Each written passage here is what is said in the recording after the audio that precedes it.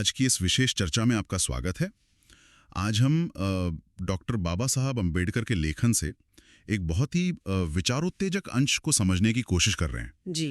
ये स्रोत हमें सीधे एक बहुत ही बुनियादी लेकिन मुझे लगता है बहुत ज़रूरी सवाल पर लाता है। हाँ। कि समाज में कुछ खास समुदायों पर ही लगातार अत्याचार क्यों होते हैं। हाँ, और ये सवाल तो देखिए आज भी उतना ही मौजू है जितना डॉक्टर अंबेडकर के समय में था। बिल्कुल। और वो सिर्फ सवाल पूछकर रुकते नहीं है, बल्कि जैसे आपने कहा, महार और मांग जैसे समुदायों के अनुभवों को सामने रखकर इसकी जड़ों तक जाने की कोशिश करते हैं।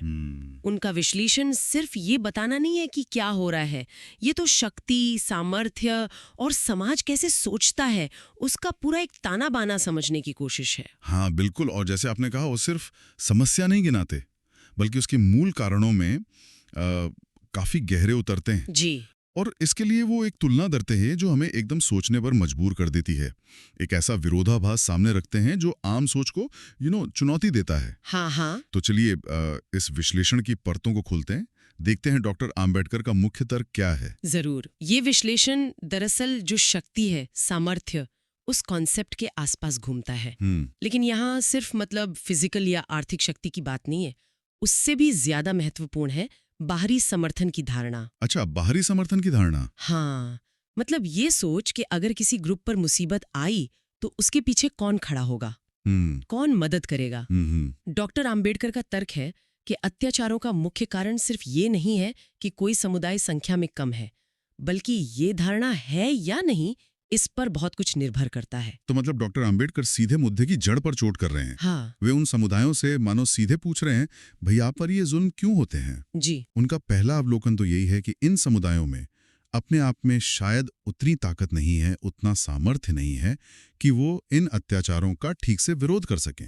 सही बात है। वो कहते हैं कि अगर आप सिर्फ अपनी ताकत के भरोसे रहेंगे तो शायद मुकाबला ना कर पाएं। सही कहा। लेकिन यहीं पर वो एक बहुत महत्वपूर्ण बात जोड़ते हैं। क्या? वे कहते हैं कि सिर्फ संख्या में कम होना या अंदरूनी ताकत की कमी ही पूरी कहानी नहीं है। अच्छा। अगर ऐसा होता तो हर अल्पसंख्यक समूह पर एक जैसे अत्याचार होने चाहिए थे। हाँ, बात तो सही है। पर ऐसा होता तो नहीं है। हाँ। और इसे समझाने के लिए वो मुस्लिम समुदाय का उदाहरण देते हैं। हाँ, और यहीं से मुझे लगता है विश्लेषण बहुत दिलचस्प हो जाता है। बिल्कुल। डॉक्टर अम्बेडकर ध्यान दिलाते हैं कि कई गांव में जैसे महार मांग समुदायों के घर होते हैं, वैसे ही मुसलमानों के भी महज 2-4 घर ही होते हैं। जी हाँ, बिल्कुल। संख्या के हिसाब से देखें तो वो भी अल्पसंख्यक हैं। उनकी अपनी अंदरूनी ताकत भी शायद उन कुछ घरों तक ही सीमित हो। बिल्कुल। लेकिन फिर वो पूछते हैं, तो फिर ऐसा क्यों है कि उन 2-4 मुस्लिम घरों को आमतौर पर कोई छेड़ने की हिम्मत नहीं करता, जबकि उसी गांव में आपके यानी महार मांग समुदायों के 10 घर होने के बावजूद पूरा गांव मिलकर आप पर चढ़ाई कर देता है। हाँ, ये बड़ा अजीब है। ये अंतर क्यों? संख्या तो आपकी ज्यादा है, फिर भी निशाना आप बनते हैं। ये सवाल ही अपने आप में बहुत कुछ कह देता है। ये वाकई में एक गहरा विरोधाभास है जिसे वो सामने ला रहे हैं। जी। संख्या ज्यादा फिर भी असुरक्षित, संख्या कम फिर भी तुलनात्मक रूप से सुरक्षित। तो फिर इसका कारण क्या है? क्या कहते हैं डॉक्टर अम्बेडकर? यहीं पर वो बाहरी समर्थन की धारणा वाला उनका जो मुख्य तर्क है वो सामने आता है। अच्छा। तो क्या अम्बेडकर कहते हैं कि गांव के जो बहुसंख्यक हिंदू हैं वो जानते हैं या कम से कम ऐसा मानते हैं कि अगर उन 2-4 मुस्लिम घरों पर हाथ डाला गया तो मामला वहीं रुकेगा नहीं। उन्हें लगता है कि उन गिनती के लोगों के पीछे पूरे भारत का मुस्लिम समुदाय एक ऑर्गेनाइज्ड, एक शक्तिशाली यूनिट के तौर पर खड़ा हो जाएगा। अच्छा। पंजाब से लेके मद्रास तक हर जगह से उनके लिए आवाज उठेगी, मदद आएगी, ऐसा वो सोचते हैं। यानी एक तरह की अदृश्य शक्ति की ढाल है। हाँ, कह सकते हैं। उन 2 घरों की अपनी ताकत चाहे कम हो, लेकिन उनके पीछे एक बहुत बड़े संगठित और रिएक्शन देने वाले समुदाय के खड़े होने का जो एहसास या धारणा है, बिल्कुल, वही उनकी सुरक्षा का कारण बनती है। ये धारणा ही हमलावर को शायद रोक देती है। एकदम सही। ये सिर्फ असलियत में क्या होगा उसकी बात नहीं है, बल्कि उस समर्थन के होने की संभावना का जो डर है वही काफी है। इस एहसास के कारण उन अल्पसंख्यक मुस्लिम परिवारों में एक तरह की निर्भयता होती है, एक कॉन्फिडेंस होता है कि भाई हम अकेले नहीं हैं। हाँ। और उससे भी ज्यादा जरूरी ये है कि जो उत्पीड़न करने वाला पक्ष है, वो भी यही सोचता है। वो भी हिसाब लगाता है हाँ, ये। वो हिसाब लगाता है कि इस छेड़छाड़ का नतीजा क्या हो सकता है, हाँ। और फिर शायद पीछे हट जाता है। अब इसकी तुलना वो करते हैं उत्पीड़ित दलित समुदायों की स्थिति से, जी हाँ। और यहाँ स्थिति बिल्कुल उलट है। वो कहते हैं कि बहुसंख्यक हिंदुओं को इस बात का पक्का यकीन होता है कि अगर इन समुदायों पर अत्याचार किया गया तो इनकी मदद के लिए कोई नहीं आएगा। कोई नहीं। कोई दूसरा गांव, कोई संगठन, कोई नेता, कोई इनके पक्ष में खड़ा नहीं होगा। हाँ, और ये सिर्फ मतलब समाज से बाहरी समर्थन की कमी नहीं है। डॉक्टर अंबेडकर एक और कड़वी सच्चाई सामने रखते हैं। वो क्या? वे कहते हैं कि कई बार तो प्रशासन और कानून व्यवस्था संभालने वाले लोग, जैसे मामलतदार यानी उस समय के जो लोकल अधिकारी होते थे या पुलिस वाले, हाँ। वो भी उत्पीड़क समुदाय से ही होते हैं। ओहो। तो जब स्पृश्य और अस्पृश्य समुदायों में कोई झगड़ा होता है तो ये अधिकारी अक्सर अपने पद की ड्यूटी निभाने के बजाय अपनी जाति का साथ देते हैं। ये तो स्थिति को और भी मतलब भयानक बना देता है। बिल्कुल। इसका मतलब तो ये हुआ कि जिस सिस्टम से न्याय और सुरक्षा की उम्मीद की जानी चाहिए, वही सिस्टम पक्षपाती हो सकता है। हाँ, या कम से कम उत्पीड़ित समुदाय को ऐसा ही लगता है, ऐसा ही अनुभव होता है। उन्हें लगता है कि शिकायत करने पर भी कोई सुनवाई नहीं होगी, शायद उल्टा उन्हीं को फंसा दिया जाए। बिल्कुल, ये है संस्थागत समर्थन का पूरी तरह से गायब हो जाना। जब समुदाय को लगे कि ना तो समाज उनके साथ है, ना ही कानून और एडमिनिस्ट्रेशन, तो वो पूरी तरह से मतलब बेसहारा महसूस करते हैं। डॉक्टर अंबेडकर इसी पॉइंट पर जोर देते हैं। वे कहते हैं कि हिंदुओं को ये पता होता है कि ये लोग हर तरफ से अकेले हैं, इनका कोई पूछने वाला नहीं है, न पैसे की मदद मिलेगी, न पॉलिटिक्स की, न ही एडमिनिस्ट्रेशन की। और इसी लाचारी, इसी बेबसी का जो ज्ञान है, वो उत्पीड़कों को और ज्यादा हिम्मत देता है। हाँ। डॉक्टर अंबेडकर के अनुसार ये जानते हुए कि कोई बचाने वाला नहीं आएगा, कोई हिसाब मांगने वाला नहीं होगा, बहुसंख्यक समुदाय इन पर जुल्म करता है, अन्याय करता है। जी। तो ये सिर्फ संख्या का खेल नहीं है, ये समर्थन के पूरे अभाव और उस अभाव के पब्लिक नॉलेज का नतीजा है। इस पूरे विश्लेषण से डॉक्टर अंबेडकर दो मुख्य निष्कर्षों पर पहुंचते हैं। वो मानते हैं कि ये अकाट्य है। अच्छा, क्या है वो? पहला, बिना सामर्थ्य के अन्याय का प्रतिकार संभव नहीं है। यानी अगर आपने शक्ति नहीं है तो आप जुल्म का विरोध नहीं कर सकते, उसे रोक नहीं सकते। शक्तिहीनता जो है वो अन्याय को न्योता देती है। ये तो एक तरह से यूनिवर्सल ट्रूथ जैसा लगता है। हाँ। शक्ति मतलब सिर्फ शारीरिक नहीं, बल्कि सामाजिक, राजनीतिक, आर्थिक, हर तरह की शक्ति। बिल्कुल, हर तरह की। और दूसरा निष्कर्ष क्या है? हाँ, दूसरा क्या है? दूसरा निष्कर्ष पहले से ही जुड़ा हुआ है। वो ये कि अन्याय का विरोध करने के लिए जिस जरूरी सामर्थ्य की जरूरत है, वो आज यानी उस समय इन उत्पीड़ित समुदायों के पास अंदरूनी तौर पर मौजूद नहीं है। अच्छा, मतलब इंटरनली उतनी ताकत नहीं है। हाँ, यानी उनके अपने संगठन, उनके अपने संसाधन, उनकी अपनी एकता वो उस लेवल की नहीं है कि वे असरदार तरीके से अपने ऊपर होने वाले अत्याचारों का मुकाबला कर सकें। उस समय की सामाजिक आर्थिक परिस्थितियों में ये एक कठोर सच्चाई थी।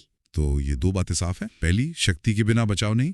दूसरी, वो जरूरी शक्ति फिलहाल अंदर से नहीं आ रही है। जी। ये निष्कर्ष तो काफी निराशाजनक लगते हैं। क्या डॉक्टर अंबेडकर कोई समाधान भी सुझाते हैं इस लेख में? कोई रास्ता? हाँ, देखिए, इन दो निष्कर्षों से लॉजिकली एक तीसरा निष्कर्ष अपने आप निकलता है। क्या? और वही एक तरह से आगे की दिशा का संकेत देता है। अच्छा।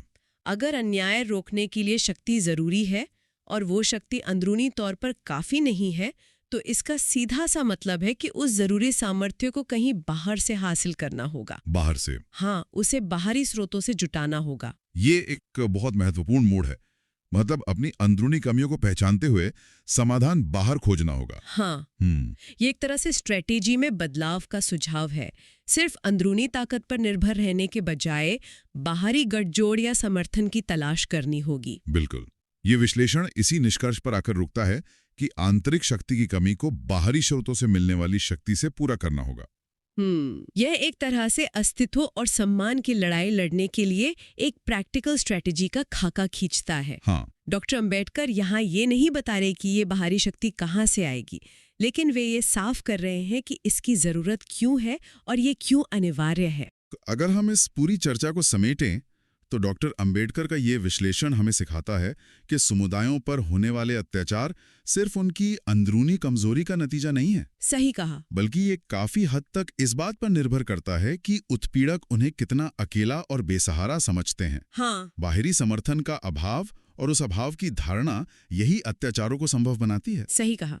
दूसरे शब्दों में कहें तो सुरक्षा सिर्फ आपकी अपनी ताकत पर निर्भर नहीं करती, बल्कि इस बात पर भी निर्भर करती है कि दूसरे आपकी ताकत और आपके पीछे खड़े होने वालों के बारे में क्या सोचते हैं। हाँ, ये परसेप्शन वाली बात। हाँ, ये परसेप्शन, सामूहिक शक्ति का एहसास, चाहे वो असल में हो या सिर्फ माना हुआ हो, एक बहुत बड़ा डेटरेंट होता है, मतलब रोकने वाला कारक। इसके उलट अकेलेपन और लाचारी का एहसास आपको और ज्यादा वल्नरेबल और ज्यादा सुरक्षित बना देता है। यहाँ से कुछ बहुत महत्वपूर्ण बातें निकल कर आती हैं जो आज भी सोचने लायक हैं। जी। पहली और सबसे सीधी बात तो यही है कि अन्याय और जुल्म का सामना करने के लिए सामर्थ्य यानी शक्ति, पावर, उसका होना अनिवार्य है। हाँ, ये कोई लग्जरी नहीं है। हाँ, ये कोई विलासिता नहीं, बल्कि एक बुनियादी जरूरत है। बिल्कुल। और दूसरी महत्वपूर्ण बात, जो शायद ज्यादा कॉम्प्लेक्स है, वो ये कि अगर ये जरूरी सामर्थ्य समुदाय के भीतर से, मतलब काफी मात्रा में पैदा नहीं हो पा रहा है, तो फिर उसे बाहरी स्रोतों से हासिल करने के रास्ते खोजने होंगे। ये एक प्रैक्टिकल और स्ट्रैटेजिक जरूरत बन जाती है। हाँ। डॉक्टर अंबेडकर का ये विश्लेषण हमें सिर्फ समस्या नहीं दिखाता, बल्कि इस समाधान की दिशा में सोचने को भी उकसाता है, भले ही वो समाधान चैलेंजिंग हो। ये विश्लेषण इसलिए भी महत्वपूर्ण है क्योंकि ये हमें शक्ति के अलग अलग डायमेंशंस, अंदरूनी, बाहरी, वास्तविक और सिर्फ मानी हुई, इन सब के बारे में सोचने पर मजबूर करता है। ये दिखाता है कि सामाजिक रिश्ते और सुरक्षा सिर्फ संख्या या रिसोर्सेज पर ही नहीं, बल्कि धारणाओं और साइकोलॉजिकल फैक्टर्स पर भी कितने निर्भर करते हैं। निश्चित रूप से। और यहीं पर डॉक्टर अंबेडकर हमें एक बहुत गहरे और मैं कहूँगी चुनौतीपूर्ण सवाल के साथ छोड़ जाते हैं। क्या सवाल है वो? उन्होंने ये तो स्थापित कर दिया कि अन्याय का प्रतिकार करने के लिए बाहरी सामर्थ्य की जरूरत है। हाँ। लेकिन सबसे बड़ा प्रश्न ये उठता है कि ये आवश्यक बाहरी ताकत और सामर्थ्य आखिर प्राप्त कहाँ से किया जाए? ये $1 मिलियन क्वेश्चन है। हाँ, बिल्कुल। कौन से स्रोत हैं जिन पर निर्भर रहा जा सकता है? क्या ये राजनीतिक गठजोड़ से आएगा, या आर्थिक सशक्तिकरण से, या शिक्षा और चेतना फैलाने से, या फिर किसी और सामाजिक या धार्मिक आंदोलन से? कहाँ से? ये सवाल आज भी उतना ही ज्वलंत है। बिल्कुल। विभिन्न समुदाय आज भी इस बाहरी सामर्थ्य को हासिल करने के लिए अलग अलग रणनीतियां अपनाते दिखते हैं। जी हाँ। सोचने की जरूरत है कि वो कौन से स्थायी और भरोसेमंद बाहरी स्रोत हो सकते हैं जो किसी समुदाय को वास्तविक सुरक्षा और सम्मान दिला सके।